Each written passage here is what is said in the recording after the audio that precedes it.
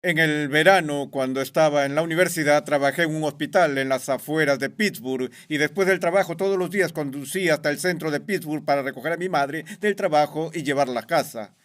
El tráfico siempre estaba congestionado al salir de la ciudad, cruzábamos el puente, era el puente de la Libertad, y entrar en estos túneles que van por debajo del Monte Washington, conocidos como los Liberty Tubes, túneles de carril estrecho. Pasas por los túneles y después de salir de los túneles la pista se ensancha en 6 carriles y si sales del túnel por el carril izquierdo del túnel, eh, tienes que girar a la izquierda y si sales del túnel por el carril derecho del túnel, ya no puedes girar a la izquierda. No estaba permitido entrar en el carril izquierdo desde el otro carril. Por alguna razón ese día en particular me quedé atascado en el carril derecho del túnel, atravesé el túnel, llegué al otro extremo y vi que el semáforo estaba en verde como a unos 100 metros delante de mí, así que me lancé al carril izquierdo, lo que se suponía que no debía hacer y justo cuando llegué al semáforo se puso en rojo y tuve que parar. Miré por mi espejo retrovisor y vi a un policía que estaba parado al final del túnel, era de los que andan en motocicleta, un poco fuera de forma. Él me vio hacer este movimiento rápido hacia el carril izquierdo y comenzó a venir hacia mi auto y pude verlo. Pude ver su cara poniéndose cada vez más roja y roja y vi vapor saliendo de sus oídos y él se acercó a mi auto, tomó su puño y golpeó el techo de mi auto. Eh, eh, Abrí la ventana y me dijo, ¿qué crees que estás haciendo? Estaba enfurecido. El primer versículo que me vino a la mente fue la respuesta suave aparta el furor. Se me ocurrió la respuesta más suave y gentil que jamás pude dar y le dije, lo siento mucho, oficial, no debí haber hecho lo que hice. Él no esperaba eso. Empezó a balbucear y finalmente me miró con disgusto y dijo, oh, está bien, no lo vuelvas a hacer. Se, se dio la vuelta y se alejó. Doy gracias a Dios por por la sabiduría de las escrituras que me permitió escapar de la ira del policía. Todos experimentamos las consecuencias y los efectos de la ira humana. Todos nos hemos enojado en ocasiones en nuestras propias vidas y ha habido personas que estaban enojadas con nosotros. Y el enojo como fuerza o como poder es una de las fuerzas más destructivas que se puede desatar entre los seres humanos. Y es una emoción, una postura, una actitud que es tan poderosa y tan real y tan penetrante en nuestra cultura que pensarías que tendríamos un mejor manejo de nuestra comprensión de ella. Sin embargo, pareciera como si no comprendiéramos mucho sobre la ira. Sin embargo, las escrituras no guardan silencio sobre este tema de la ira. Me gustaría dirigir tu atención por un momento al Nuevo Testamento, al cuarto capítulo de la carta de Pablo a los Efesios, comenzando con el versículo 25, Efesios 4, 25. El apóstol escribe estas palabras. Por tanto, dejando a un lado la falsedad, hablad verdad cada cual con su prójimo, porque somos miembros los unos de los otros. Airaos, pero no pequéis. No se ponga el sol sobre vuestro enojo, ni deis oportunidad al diablo. Ahora, aquí Pablo aborda este difícil problema de la ira y lo hace de una manera bastante inusual. La declaración de apertura que da con respecto a la ira es esta: airaos.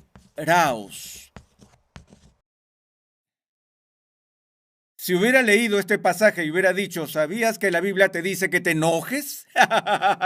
Creo que no me habrías creído. Pero aquí el apóstol en realidad dice de manera imperativa, positiva, airaos. ¿Qué está diciendo? Realmente no es una orden judicial que dice que debemos caracterizarnos como personas enojadas. Ese no es el punto de esto. Pero de lo que se está dando cuenta y reconociendo es que inherente e intrínsecamente la ira no es un pecado. La ira en sí misma no es un pecado. Si fuera un pecado inherente, entonces eso significaría dos cosas de inmediato. Uno, que Dios es malo. Y dos, que Cristo fue un pecador, porque sabemos que es parte del carácter de Dios que Él exprese su ira. Vemos ocasiones en el Nuevo Testamento, particularmente en el episodio de Cristo limpiando el templo, donde Él hizo un látigo con cuerdas, entró, volcó las mesas, expulsó a los cambistas del templo y Cristo estaba enojado, estaba visiblemente enojado con lo que estaba pasando allí. Ahora tenemos una frase que usamos para describir ese tipo particular de ira, lo cual llamamos indignación justa. Cada vez que Dios está enojado es un tipo de ira justa, y cada vez que Cristo manifestó ira era una manifestación de indignación justa o ira justa, pero nuestros episodios de ira no siempre son tan justos. A veces nos enojamos sin una causa justa, contra lo cual Jesús advirtió nuevamente en el Sermón del Monte. El Sermón del Monte. Una vez más, Pablo está diciendo aquí, airaos, no hay nada de malo en estar enojado de manera inherente, pero el enojo es una emoción humana tan peligrosa y volátil que muchas veces cuando una persona está en un estado de enojo, ese enojo se convierte en una ocasión para pecar. Cuando perdemos el control, perdemos los estribos. ¿Qué significa perder los estribos? Ser mesurado es ser moderado, ser sobrio, mantenernos a nosotros mismos en un estado de autocontrol. Y la ira puede causar la pérdida del autocontrol y provocar que nos comportemos de formas destructivas y dañinas para nosotros y para otras personas. Pablo dice, airaos, pero no lo deja así. Dice que te enojes, pero no peques. En la sabiduría del apóstol, él entendió que la ira se convierte en una ocasión para todo tipo de maldades. Luego agrega otra orden a esto: airaos, pero no pequéis. En tu enojo no peques, ni dejes que el sol se ponga sobre tu enojo. Ahora, esta es una metáfora. ¿Qué está diciendo el apóstol cuando dice que no deje que el sol se ponga sobre tu enojo? La ira, como dije, en sí misma puede ser una emoción legítima y justa, pero muy fácilmente puede convertirse en esas emociones que son completamente destructivas. Por ejemplo, amargura, resentimiento, albergar rencores. Todas estas cosas surgen de una ira que nunca se ha tratado, donde el sol se pone sobre ella, el sol se pone sobre esa ira y la llevamos al día siguiente y a la semana siguiente o quizás a toda nuestra vida. Muchos de nosotros vamos por este mundo colmados de una ira que en realidad nunca ha sido tratada. ¿Has oído hablar de muchachos que son jóvenes, enojados, o personas que parecen tener un temperamento explosivo? Caminar por sus vidas es como caminar por un campo minado. Tienes miedo de dar un paso sin mirar por dónde pisas. Tienes que caminar sobre cáscara de huevo alrededor de ellos porque son muy explosivos, son tan temperamentales, hay tanta ira en ellos. En primer lugar, nunca lidiaron con la ira.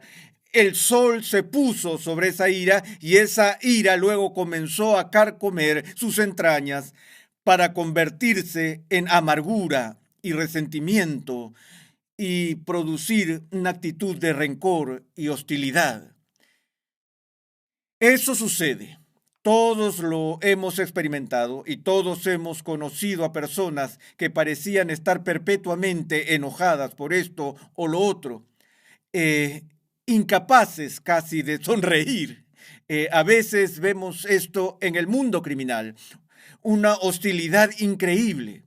Se conoce el caso en Estados Unidos donde un hombre fue condenado en Texas por torturar a muerte a un hombre negro a quien ató a la parte trasera de su camioneta y condujo durante 5 kilómetros mientras este hombre estaba vivo hasta que murió. No hubo remordimiento, en cambio solo veneno amargo salió de la boca del asesino convicto mientras lo llevaban esposado a la puerta de la prisión. Gritó obscenidades al juez y a la sala del tribunal, todavía lleno de ira, incluso después de este acto terrible e increíblemente perverso de destrucción de otra vida humana. El poder de la ira puede derribar naciones, crear guerras, arruinar familias, destruye matrimonios. Es muy importante que el cristiano comprenda la naturaleza de la ira y cómo lidiar con ella. Una de las cosas principales es no permitir que el sol se ponga sobre tu enojo. Mi esposo y yo hemos estado casados ahora casi por 40 años y me gustaría poder decirle al mundo que nunca hemos tenido una palabra de desacuerdo entre nosotros en ese tiempo, pero eso sería una mentira. Dos personas, sin importar quiénes sean, no pueden vivir juntas en un estado matrimonial durante mucho tiempo sin tener desacuerdos y sin provocar la ira entre sí. De hecho, no hay nadie en este mundo que pueda enojarme más que mi esposa. ¿Por qué? No hay nadie que signifique más para mí en este mundo que ella y nadie que me conozca mejor que ella y que sepa cómo encender mis interruptores cuando quiere. Ella no tiene miedo de mi enojo, porque si estoy enojado puede reírse de mí porque sabe que no puedo soportarlo. No sé cuántas veces he ido a dormir por la noche diciendo me voy a quedar enojado y no voy a dejar pasar esto y la haré pagar y cosas similares. Entonces escucho, no dejes que el sol se ponga sobre tu enojo y digo, bueno, no puedo hacer eso. Esto es esto es algo que todos tenemos que lidiar, estoy seguro. Pero otra vez creo que la esencia es comprender la naturaleza de la ira en primer lugar. Todos debemos preguntarnos de vez en cuando, ¿qué es lo que te enoja? Ciertas cosas que podrían enojarme no te molestan en absoluto. Y las cosas que te molestan no me enojan a mí.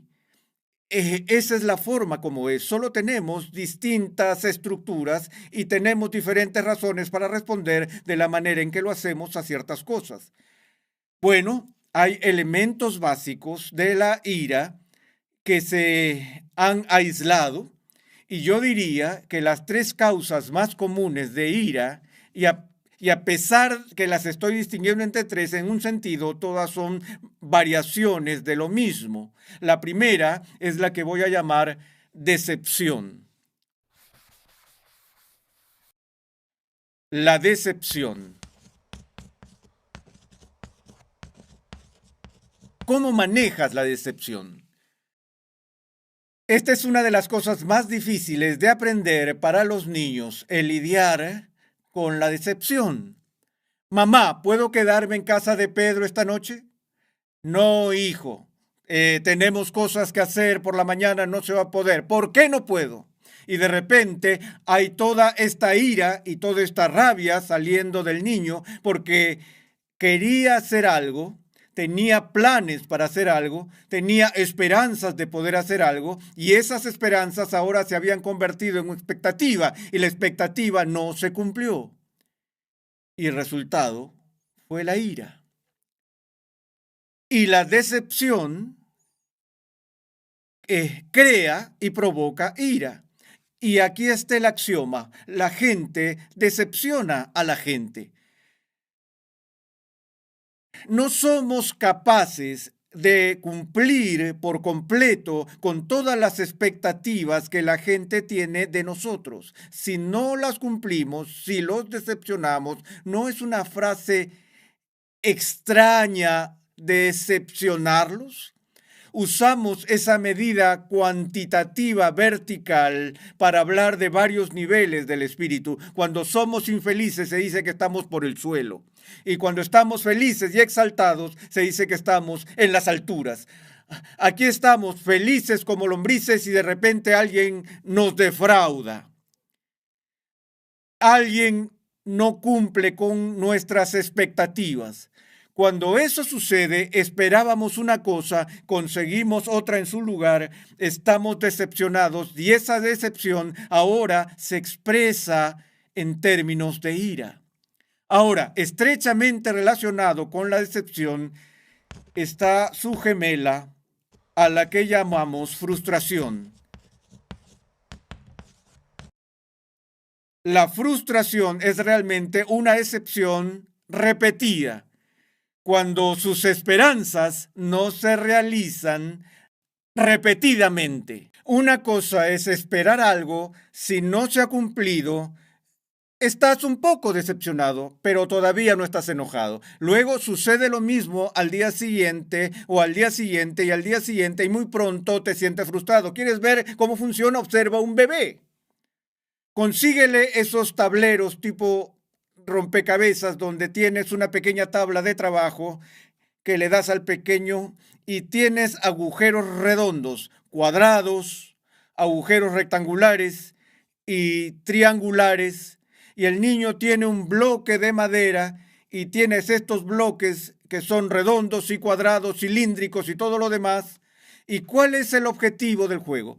Poner el bloque cuadrado en el agujero cuadrado y el bloque redondo en el agujero redondo. Ahora me he sentado y he observado a estos pequeños niños jugando a estos juegos durante largos periodos de tiempo y me he quedado absolutamente asombrado por su paciencia inicialmente. Ves al niño pequeño tomar el bloque cuadrado y tratar de ponerlo en un agujero redondo. Una vez que no funciona, no se rinde, tratará de nuevo, lo golpeará de nuevo y lo observas, pero sabes lo que va a pasar. Sabes lo que va a pasar. En unos momentos sigue haciendo eso, muy pronto empieza a llorar, lanza el bloque, patea el tablero, esparce los bloques. ¿Por qué? Está frustrado. No logró su objetivo. Ahora bien, el hockey es un deporte diferente a otros deportes. Algunos fanáticos dicen que fueron a una competencia de peleas y en medio de ella estalló un juego de hockey. El hockey se trata más de pelear que de cualquier otro deporte, pero desaprobamos la pelea en otros deportes profesionales. Es terrible ver estallar una pelea o puñetazos en un campo de béisbol o un juego de baloncesto o en un partido de fútbol. Pero a veces verás estallar a puñetazos en una liga importante de béisbol, baloncesto o fútbol. ¿Cuándo pasa esto? Tomemos el fútbol, por ejemplo. ¿Has visto que pueden estallar caos y peleas en el campo de fútbol? Déjame decirte esto, casi nunca ves estallar una pelea en un juego de fútbol profesional. Estos son atletas profesionales altamente disciplinados, que participan en contacto físico, que han aprendido a manejar y adaptarse a lo largo de todo el juego. Casi nunca ves estallar una pelea en el primer tiempo, o en el segundo tiempo, o en el tiempo extra. ¿Cuándo estallan las peleas? Te diré cuándo estallan. Cuando un equipo se da cuenta de que ya no tiene esperanzas de ganar el juego. Cuando están en un nivel de frustración por no lograr sus deseos y sus metas, se vuelve tan intensa esa frustración que estalla en expresiones de ira y violencia. Si ves a alguien que está enojado, es posible que tú quieras averiguar y ver cuál era el objetivo, el deseo, la esperanza que tenía, el sueño de su vida, que no se hizo realidad. Eso los dejó en un estado de frustración, decepción, que luego se convirtió en rabia. Estas son dos de las causas de enojo más frecuentes que existen. Ahora bien, la tercera causa de enojo sigue siendo parte del mismo tema.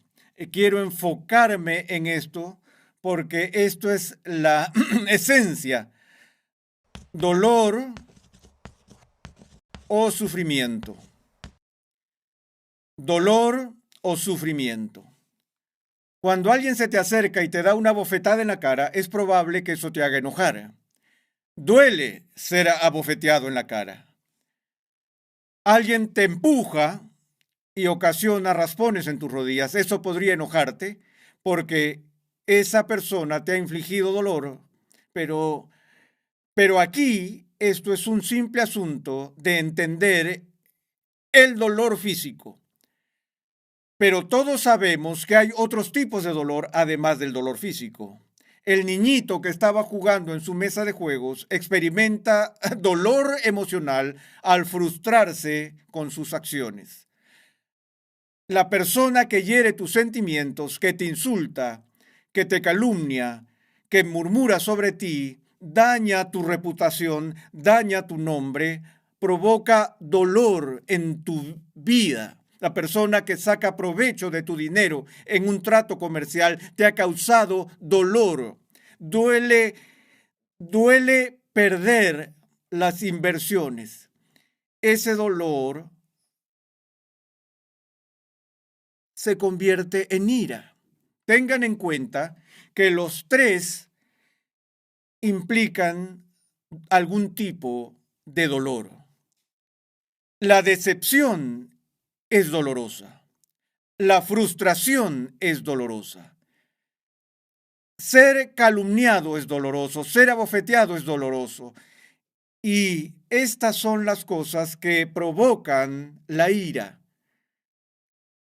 Jesús estaba enojado por lo que vio que sucedía en la casa de su padre, porque le dolía ver la casa de su padre, que debía ser una casa de oración, convertida en un lugar de comercios.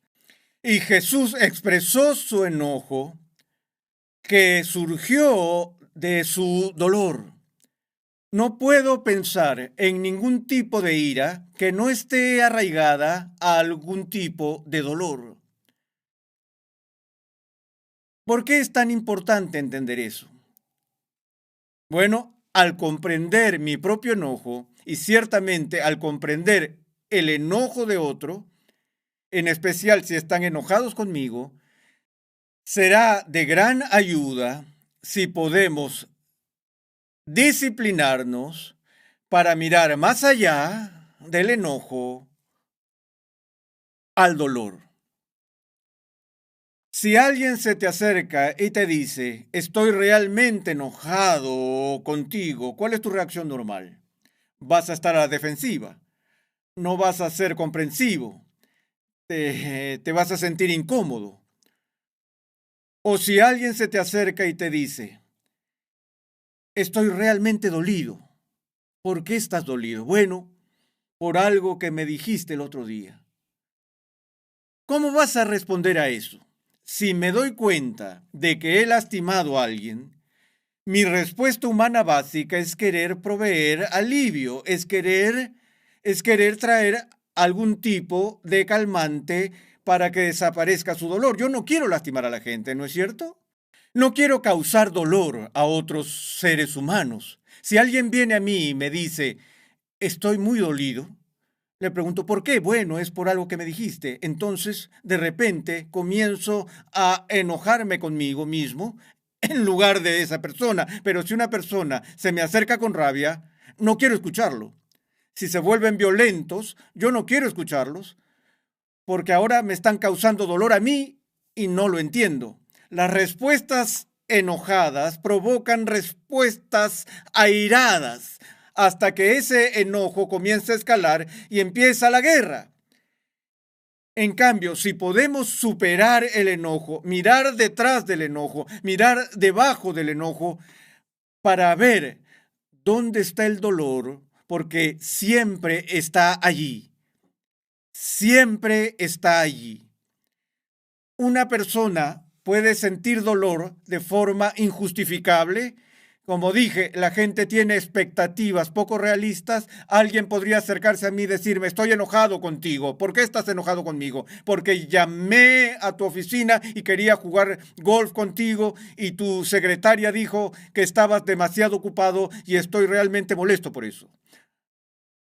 Lo siento, no quiero ofenderte, pero ¿qué te dio la impresión de que podías llamar a mi oficina y pedirle a mi secretaria que programara un juego de golf contigo?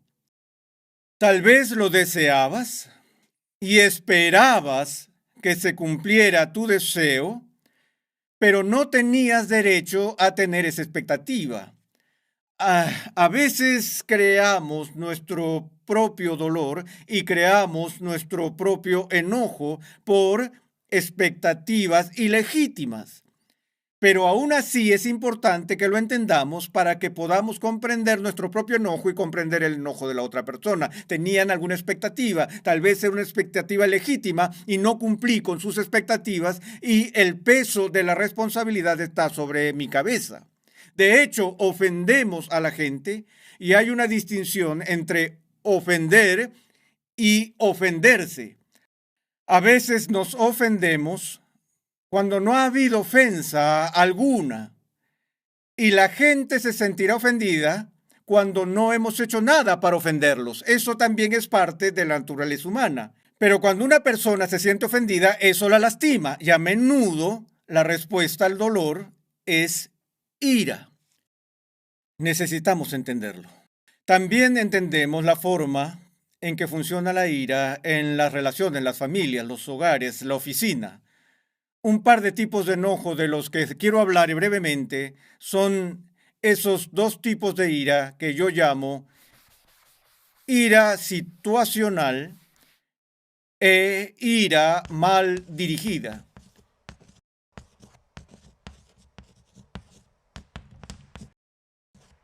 Esos también están muy relacionados. Veamos cómo se relacionan. Tomemos la ira mal dirigida. Un chico sale de la oficina y llega a casa.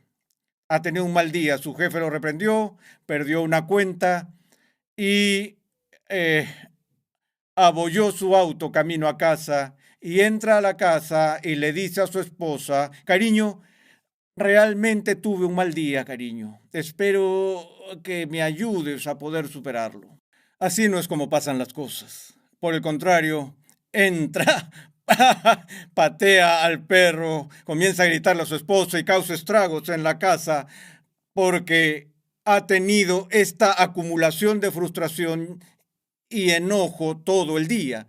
Ahora no puede desquitarse con su jefe ni con sus empleados en el trabajo, por lo que lo guarda, lo lleva a casa y lo derrama sobre su perro, sus hijos o su esposa. Eso sucede todos los días en muchas partes. La ira mal dirigida o su pariente cercano, lo que yo llamo la ira situacional, donde culpamos a las personas por cosas que no son causadas por personas, sino por accidentes o algo así. Entras a la casa y estás parado, de pronto una cortina se desprende de la pared y cae al piso y se arruina porque el perro corrió a morderla. Así que empiezan a gritarse entre sí por las cortinas que se arruinaron cuando ninguno de los dos tuvo la culpa. Fue la situación que resultó difícil para todos los involucrados.